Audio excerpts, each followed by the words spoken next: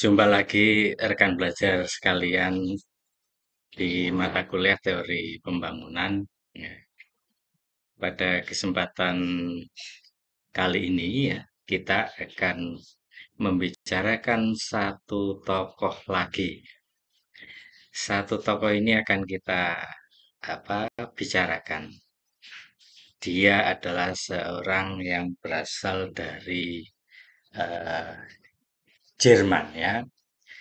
Namanya adalah Ernst Friedrich Schumacher ya. Dia adalah seorang ekonom, lalu dia ini adalah ya mungkin mix ya, blasteran Jerman Inggris itu. Nah, Schumacher ini terkenal lewat bukunya yang berjudul Small is Beautiful. Study of Economics as if People Matter.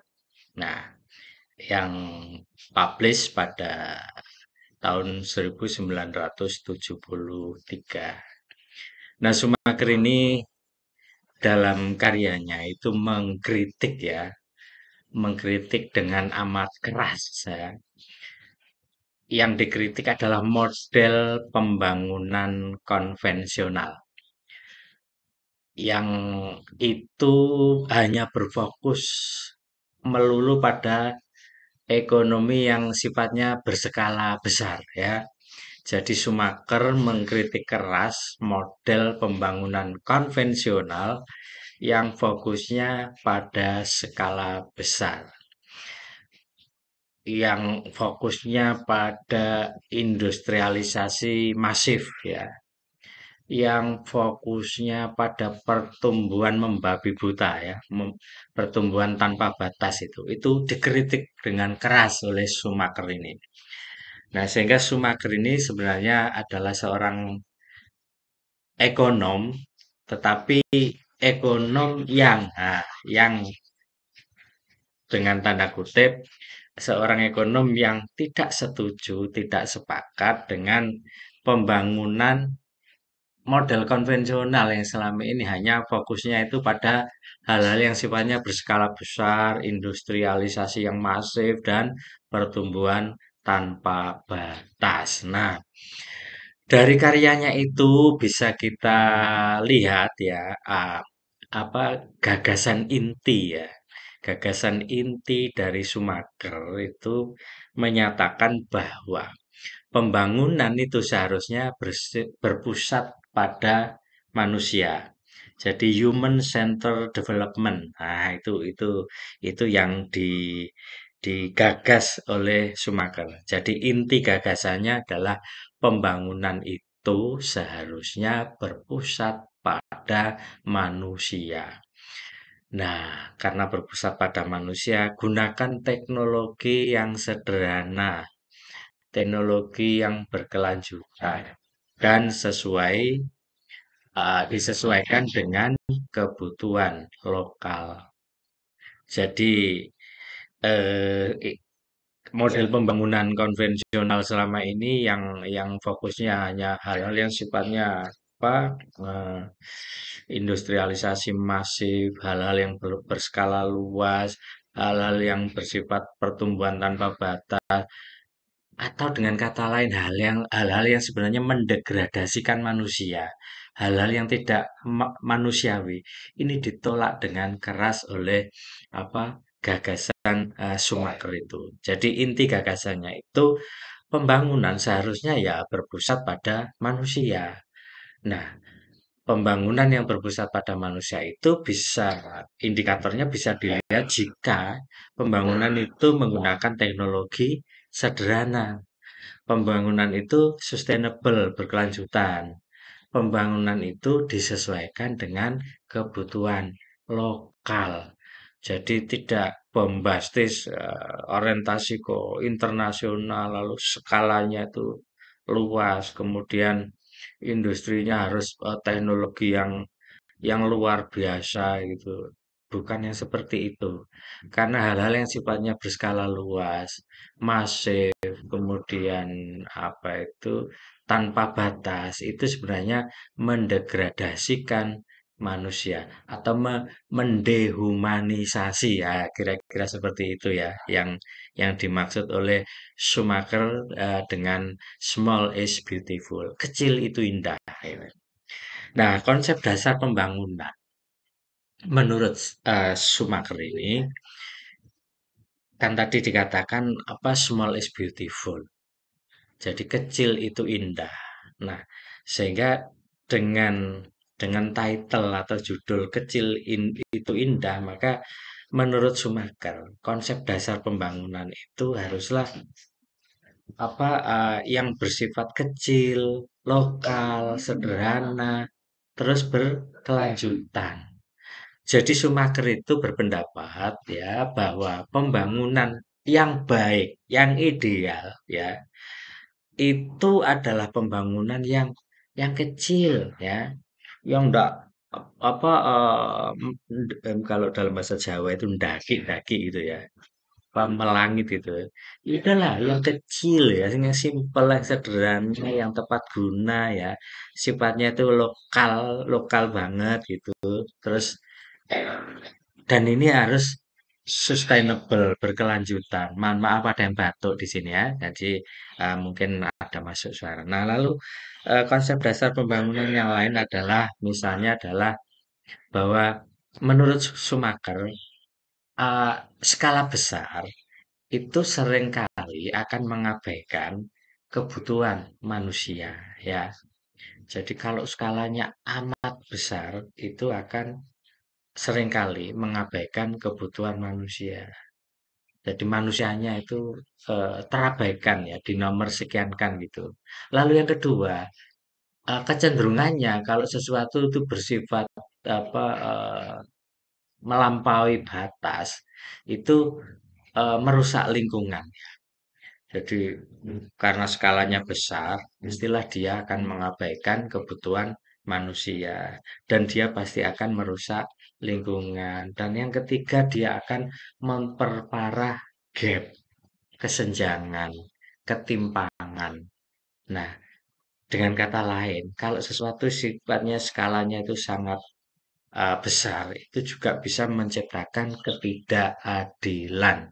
Nah, itulah kira-kira konsep dasar pembangunan ya yang digagas oleh Schumacher. Intinya ya sudahlah pembangunan itu jalan tapi ya skalanya kecil saja, lokal, sederhana, berkelanjutan itu.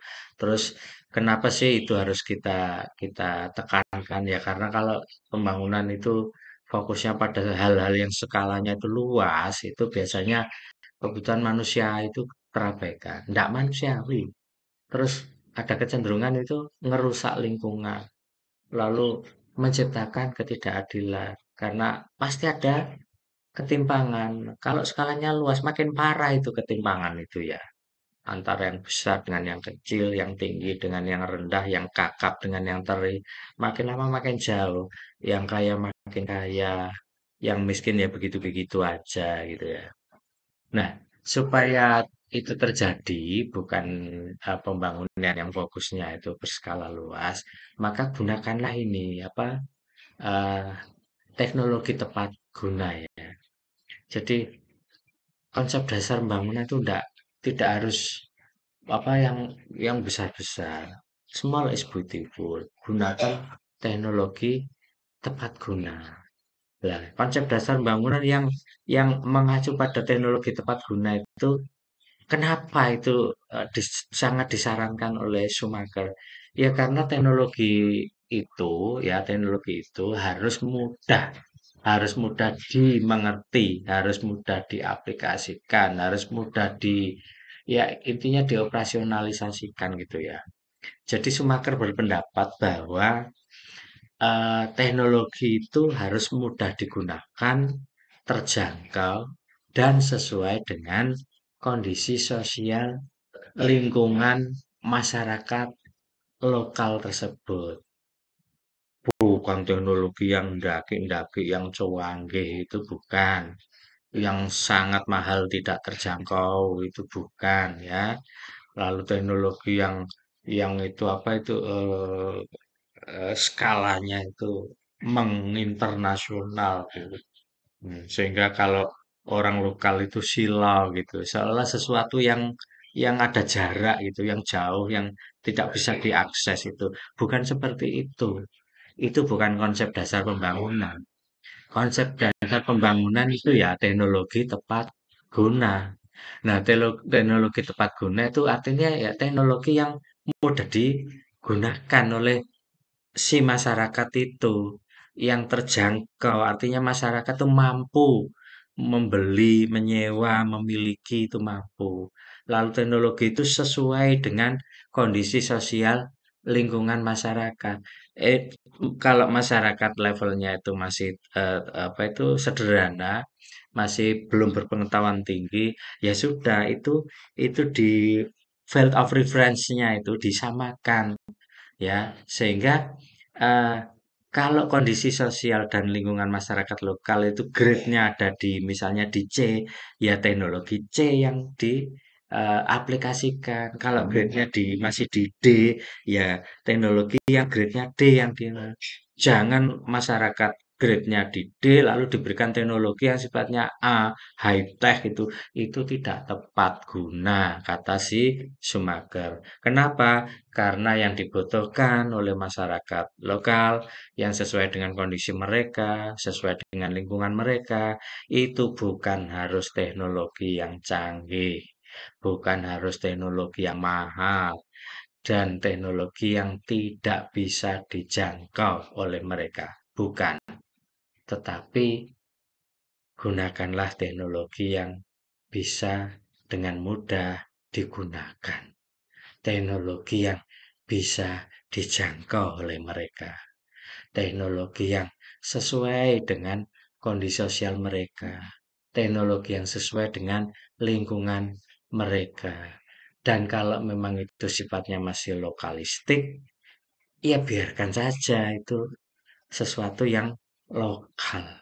Karena inilah konsep dasar yang baik menurut Schumacher itu. Selain small is beautiful, teknologi tepat guna. Lalu yang ketiga adalah ekonomi manusiawi. Ya. Konsep dasar pembangunan Schumacher itu sangat menekankan ekonomi itu manusiawi. Ekonomi itu tidak boleh hanya mengejar profit semata. Selama ini kan eh, seolah-olah ekonomi itu haruslah profit, bonefit, ansih. Yang lain nomor sekian, tidak peduli. Sehingga biaya-biaya di luar itu biasanya tidak dipedulikan. Selama ini mendatangkan profit benefit, selama ini mendatangkan keuntungan, selama ini mendapatkan laba, selama ini mendapatkan cuan. It's okay, ya. Life must go on gitu. Biasanya kan seperti itu.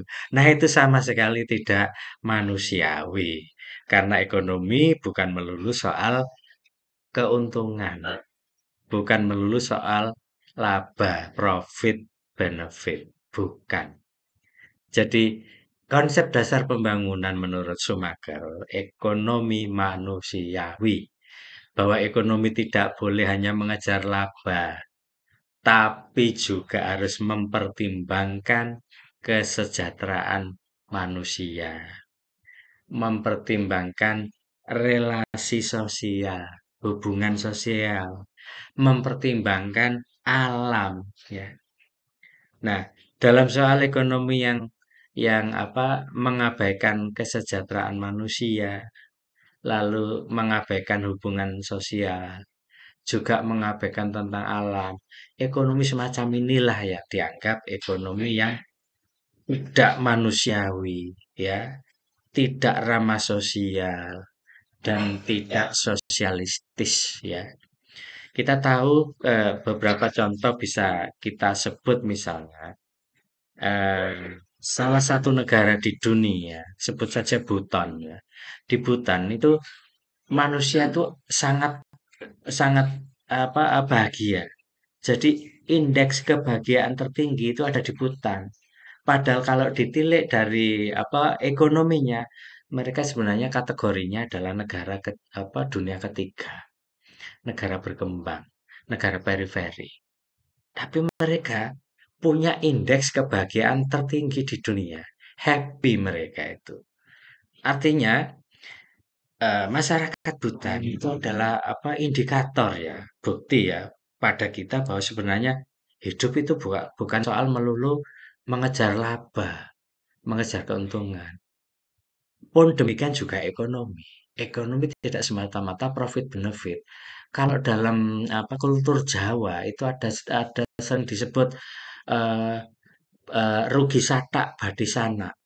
Jadi rugi di sektor satak, tetapi untung di sektor hubungan, family, sanak, kerabat gitu. Artinya kalau kamu orang lain tadinya hanya karena ada transaksi atau hubungan ekonomi dengan saya, barangkali hari ini saya oke lah rugi satu satak barang, rugi sedikit ya. Tetapi di masa yang datang, ini berpikir prospektif jangka panjang. Di masa yang akan datang, saya akan memperoleh keuntungan berlipat-lipat dan itu sustainable tanpa henti sampai kita berdua meninggal dunia. Jika dengan asumsi tidak ada pertengkaran, karena dia menjadi relasi saya, dia menjadi sanak saya, dia menjadi kerabat saya, dia menjadi uh, hubungan dan hubungan apa yang sifatnya Eee emosional, psikologis semacam itu biasanya akan berdampak pada hubungan ekonomi. Sehingga nanti gantian, barangkali di tempat lain dia akan apa, memperoleh harga yang lebih rendah dari harga yang saya tawarkan, tapi dia tetap akan ke saya. Sehingga prinsip yang tadinya saya pegang, rugi satak badi sana, itu berpindah ke dia. Dia juga akan memiliki prinsip rugi satak, artinya dia rugi karena harus berbelanja ke saya yang harganya lebih tinggi ketimbang di penjual lain. Dia rugi satak, tapi dia badi sana memperoleh kerabat baru saya. Inilah relationship yang sifatnya sustainable dan berjangka panjang ya. Dan saya yakin itu berdampak pada hubungan ekonomi yang tadinya hubungan emosional, hubungan psikologis sekarang menjadi hubungan yang lebih lanjut ke relasi ekonomi. Nah, relasi ekonomi yang baik semacam ini, yang welfare atau yang kalau apa sejahtera semacam ini, tentu saja ini tidak bisa dicapai jika konsep dasar pembangunan itu ekonomi yang tidak manusiawi. Lah, menurut Schumacher, ini tidak boleh seperti itu. Karena konsep dasar pembangunan yang baik, selain small is beautiful, lalu gunakan teknologi tepat guna. Yang ketiga, ekonomi manusiawi. Jadi ekonomi itu harus berorientasi pada kemanusiaan. Nah, ekonomi tidak boleh hanya mengejar profit benefit, mengejar cuan, laba, keuntungan. Bukan, tapi lebih dari itu. Ekonomi juga harus mempertimbangkan kesejahteraan. Anda boleh untung, Anda boleh ambil cuan, tetapi tolong pertimbangkan kesejahteraan manusia. Tolong pertimbangkan relasi sosial. Hubungan sosial ini penting. Tolong juga pertimbangkan kelestarian alam. Kalau ini dijalankan yang namanya apa externality cost itu bisa kita tekan serendah mungkin. Biaya eksternalnya bisa ditekan sebab ekonomi menjadi manusiawi. Lalu sekarang yang keempat, nah, konsep dasar pembangunan menurut Schumacher itu pembangunan itu harus berkelanjutan. Jadi sustainable development. Jadi pembangunan yang berkesinambungan, yang berkelanjutan, yang sustain. Nah, Schumacher ini termasuk perintis ya, dia adalah pionir apa ya, pelopor. Oke. Schumacher ini termasuk adalah pelopor ide yang menggagas bahwa sumber daya alam itu terbatas. Sumber daya alam itu bukan sesuatu yang infinite, unlimited, enggak. Sumber daya alam itu limited. Sumber daya alam itu terbatas ya. Oleh karena dia terbatas menurut Schumacher, maka harus digunakan secara bijak. Gunakan secara arif, secara bijak. Jangan ugal-ugalan. Jangan dieksploitasi habis-habisan. Ingat, di masa yang akan datang, ada anak cucu. dia adalah selaku pewaris berikutnya yang juga punya hak yang sama untuk bisa mengakses, meninggali, stay, berdiam di planet bumi ini eh, yang juga kondusif terhadap mereka. Jadi anak cucu itu juga punya hak yang sama, yang punya hak untuk tinggal dengan nyaman ya, eh, sebagaimana para pendahulunya. Nah, sehingga generasi sekarang tidak boleh mengabaikan itu. Oleh karena itu, Schumacher itu menyarankan dengan amat keras, gunakan sumber daya alam secara arif, secara bijak. Kenapa? Karena menurut Schumacher, sumber daya alam kita itu sifatnya terbatas. Bahkan banyak yang tidak bisa diperbarui. Maka harus digunakan secara bijak. Gas, minyak, mineral, air, itu manfaatkan dengan eh, penuh kearifan, dengan penuh kebijaksanaan.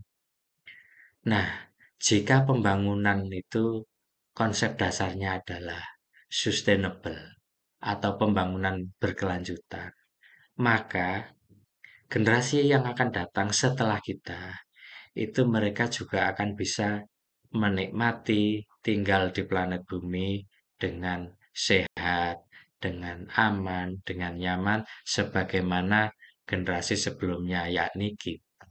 Ya.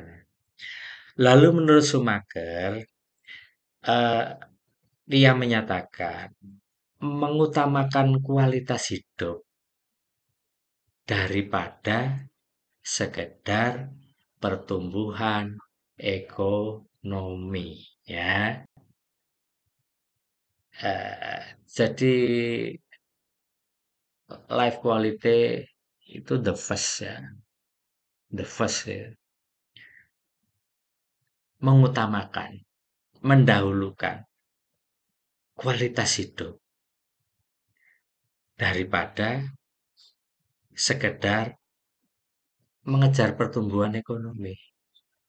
Apa artinya pertumbuhan ekonomi yang tinggi jika kualitas hidup Anda rendah? Apa artinya pertumbuhan ekonomi tinggi jika hidup Anda menderita? Ya, ya sakit-sakitan. Bagaimana tidak sakit kalau misalnya kontaminasi polutan atau polusi itu meliputi darat, air, udara. Gara-gara aktivitas ekonomi yang orientasinya selalu mengejar pertumbuhan ekonomi tanpa batas. Dampaknya polusi udara, air, udara, bumi, darat ini semua menjadi terpolusi. Nah, spesies manusia tinggal di sebuah lingkungan yang sudah polutif semacam itu.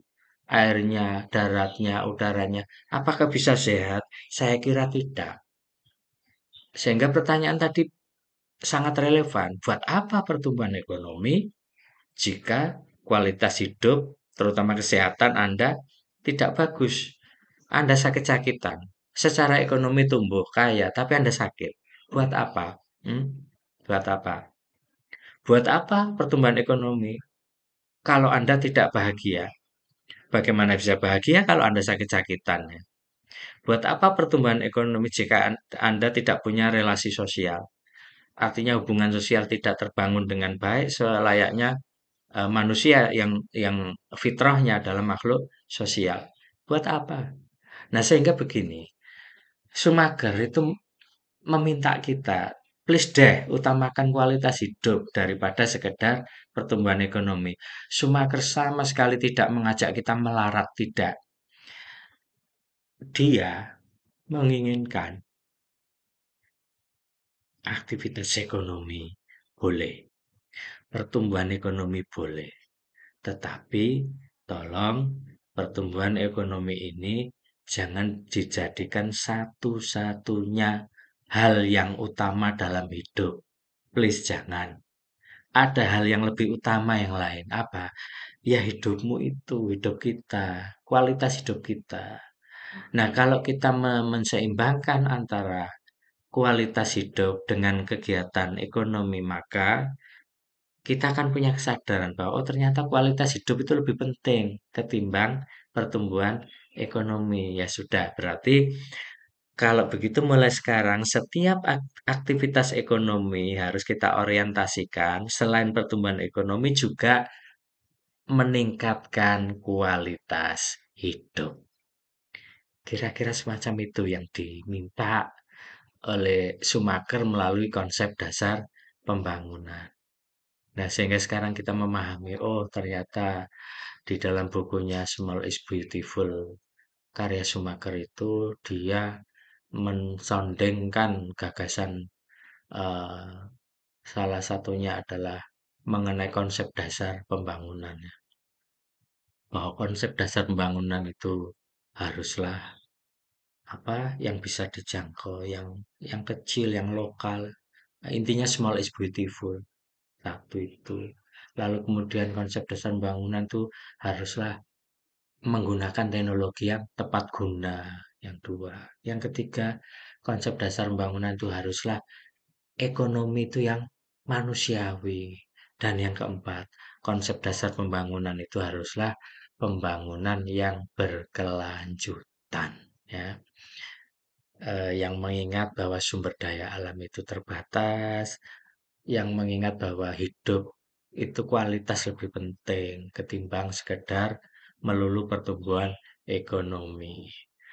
Nah, dengan demikian kita sekarang memahami apa yang ingin di apa dikontribusikan ya oleh Schumacher pada eh, seluruh dunia mengenai pembangunan ya.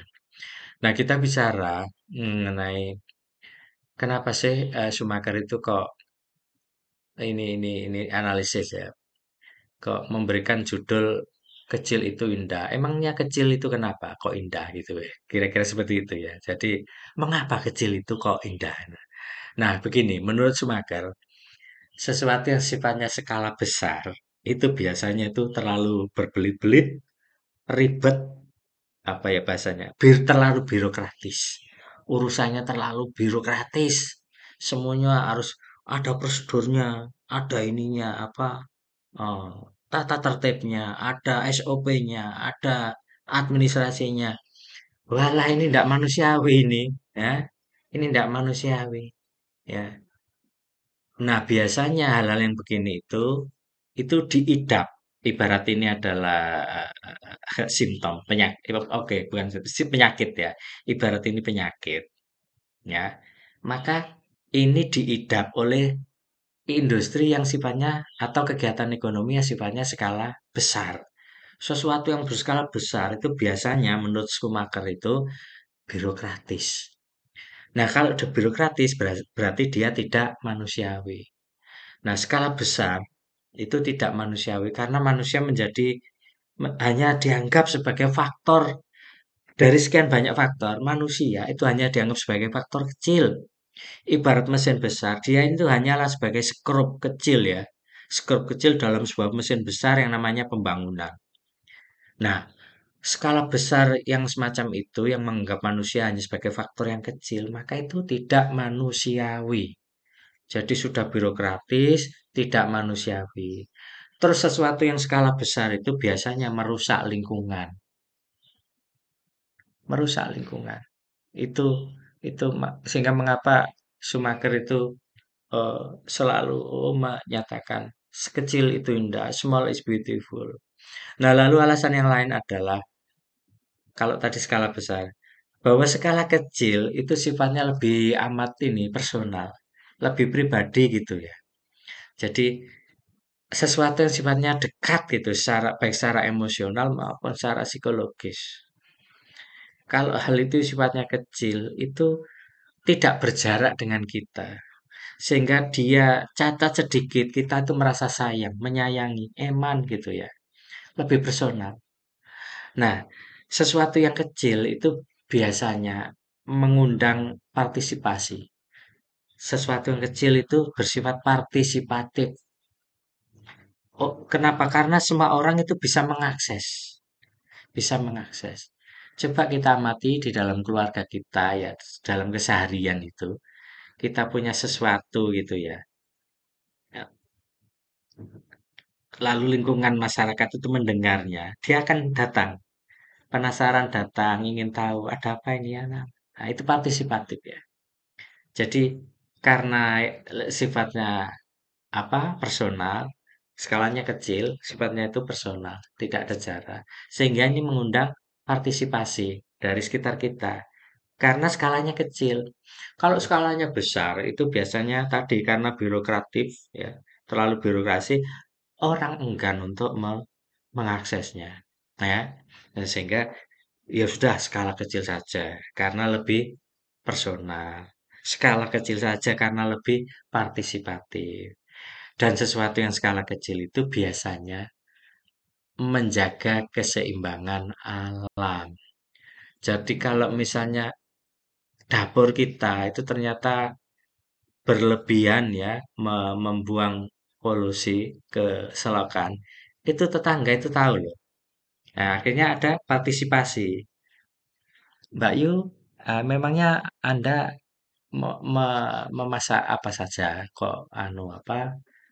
Kok lain? Biasanya kan limbahnya tidak seperti itu. Sekarang kok seperti itu. Nah, artinya ada partisipasi. Nah, dan itu bisa mengakses kita karena kita punya hubungan personal. Nah, dengan ada kontrol sosial semacam itu, partisipasi semacam itu, sehingga terjadi keseimbangan. Akhirnya kita akhirnya bisa koreksi diri ya.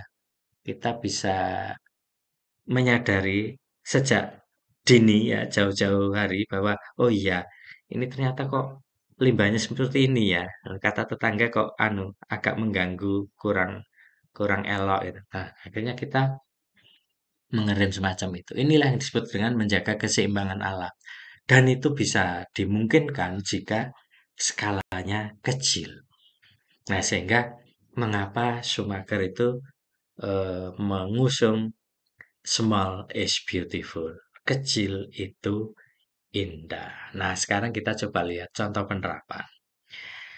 Memangnya gagasan Schumacher itu pernah diterapkan di mana sih? Ya, di mana-mana. Apalagi di negeri berkembang, negeri periferi, negeri miskin banyak diterapkan. Mengapa? Ingat, ada teknologi tepat guna. Nah, sebagian besar masyarakat pedesaan, terutama di negeri-negeri berkembang itu, mereka lebih lebih familiar ya dengan teknologi tepat guna. Nah, pengembangan alat pertanian sederhana misalnya, apakah itu pompa air manual, di ini atau pakai kaki gitu ya, apakah mesin apa penggiling kecil. Dan kalau kita amati di sebagian besar pedesaan di Jawa itu yang muter begini, ada apa jeruji apa seperti paku, lalu kemudian padi dikayuh ya, dikayuh secara manual. Itu mesin penggilingan padi semacam itu.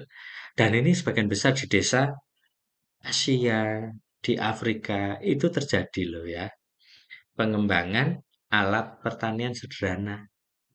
Ya tadi itu misalnya pompa air manual, penggilingan kecil yang juga manual. Dan itu sudah diterapkan di desa-desa. Nah, fokus pada alat-alat yang bisa dijangkau oleh masyarakat kecil, yang mereka mampu membelinya ya. Jadi fokus pada alat-alat murah yang bisa dibuat ya oleh kelas mereka ya, tidak harus high tech ya. Industri kecil bisa membuatnya, lalu juga bisa memperbaikinya manakala ini terjadi kerusakan. Si masyarakat yang membeli alat murah tadi itu punya kemampuan untuk memperbaiki. Nah, jadi kalau high tech itu mereka tidak punya kemampuan untuk memperbaiki itu, apalagi kalau industrinya skala besar high tech itu mereka tidak akan mampu. Selain tidak mampu menjangkau harganya mahal, mereka tidak bisa membuat, mereka juga tidak bisa memperbaiki. Nah, mohon maaf, minum dulu ya. Saya terlalu semangat saya.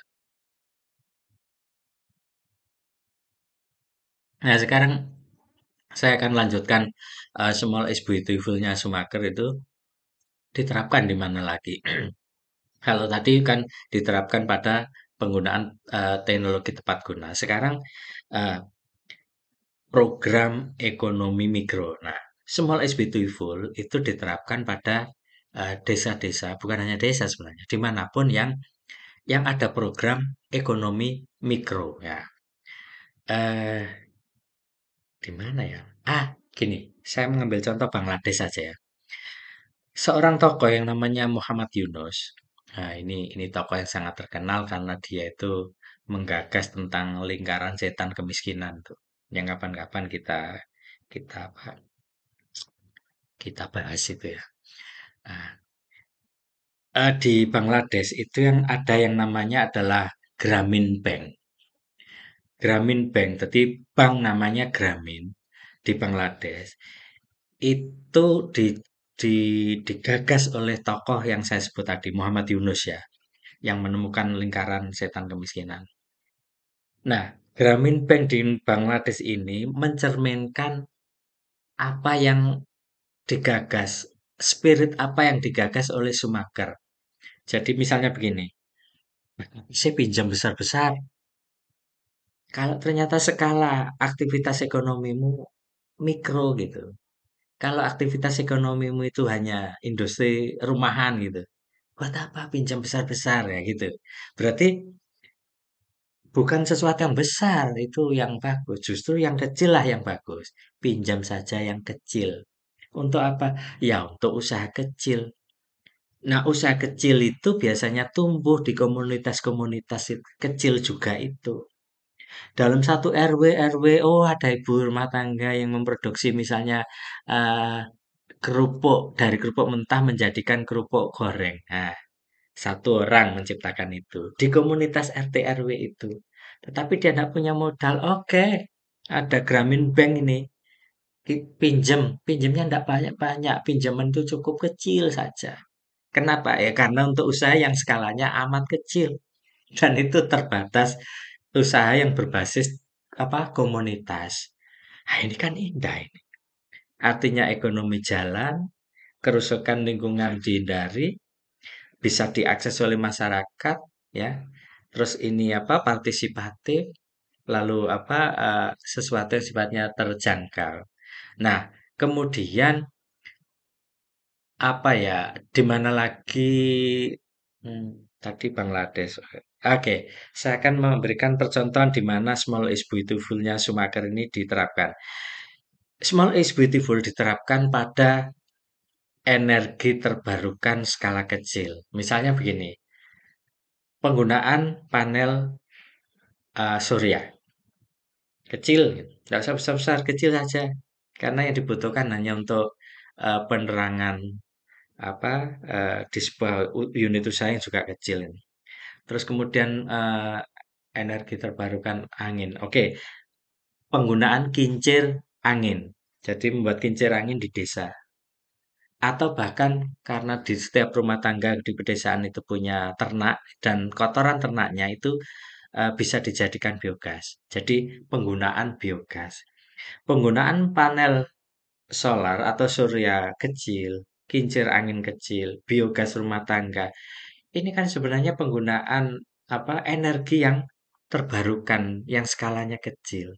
Dan jadi tidak perlu Anda mengakses energi yang berskala amat besar, di mana energi yang berskala besar itu ternyata menggunakan batu bara yang ternyata itu merusak lingkungan. Baik pada saat mengeksploitasinya, ya, karena dia kan ekstraktif industri, maupun pada saat memproses energinya itu dari energi batu bara menjadi energi listrik. Nah, hal-hal semacam ini tidak dikehendaki oleh Schumacher. Nah, dengan demikian kita bisa lihat kelebihan kelebihan gagasan Sumaker ya. Dia ini mendorong kemandirian lokal, mengurangi ketergantungan pada negara besar atau negara asing ya, yang apa negara core, negara pusat, negara maju. Terus menghormati lingkungan dan sumber daya dan cocok diterapkan untuk negara-negara periferi, negara-negara berkembang, negara miskin, negara dunia ketiga yang modalnya terbatas. Tetapi bagaimanapun baiknya sebuah pikiran selalu ada celah untuk kritik ya. Ini manusiawi sekali nih. Sehingga kritik-kritik yang dialamatkan pada Schumacher itu antara lain adalah bahwa di dalam era globalisasi yang setiap negara itu sudah tanpa batas dalam satu keluarga desa dunia ya, global village itu kadang ekonomi skala besar itu memang diperlukan. Untuk apa sih? Ya untuk efisiensi. Itu kritiknya satu. Yang kedua, kecil itu tidak selalu efisien dalam menghadapi tantangan teknologi dan perdagangan global. Ah, itu kritiknya. Dua ya. Era globalisasi itu kadang-kadang ekonomi skala besar itu memang diperlukan untuk efisiensi. Dan kecil tidak selalu efisien dalam menghadapi tantangan teknologi dan perdagangan global. Oke, yang terakhir kali, apa yang bisa kita simpulkan dari gagasan Schumacher tentang small is beautiful tadi? Friedrich Schumacher menawarkan paradigma pembangunan alternatif yang lebih manusiawi, yang lebih berkelanjutan dan ramah lingkungan. Lalu Friedrich Schumacher juga mengingatkan pada kita bahwa pembangunan sejati bukan hanya soal ekonomi, bukan soal angka statistik, bukan soal pertumbuhan yang membabi buta, tetapi pembangunan sejatinya adalah pada kualitas hidup manusia dan hubungan antar manusia dengan alam. Terima kasih atas perhatiannya. Kita akan sambung lagi pada tokoh pembangunan yang lain. Semoga apa yang dinarasikan oleh Schumacher pada kita tadi itu menambah horizon pengetahuan kita mengenai model-model pembangunan. Sampai jumpa.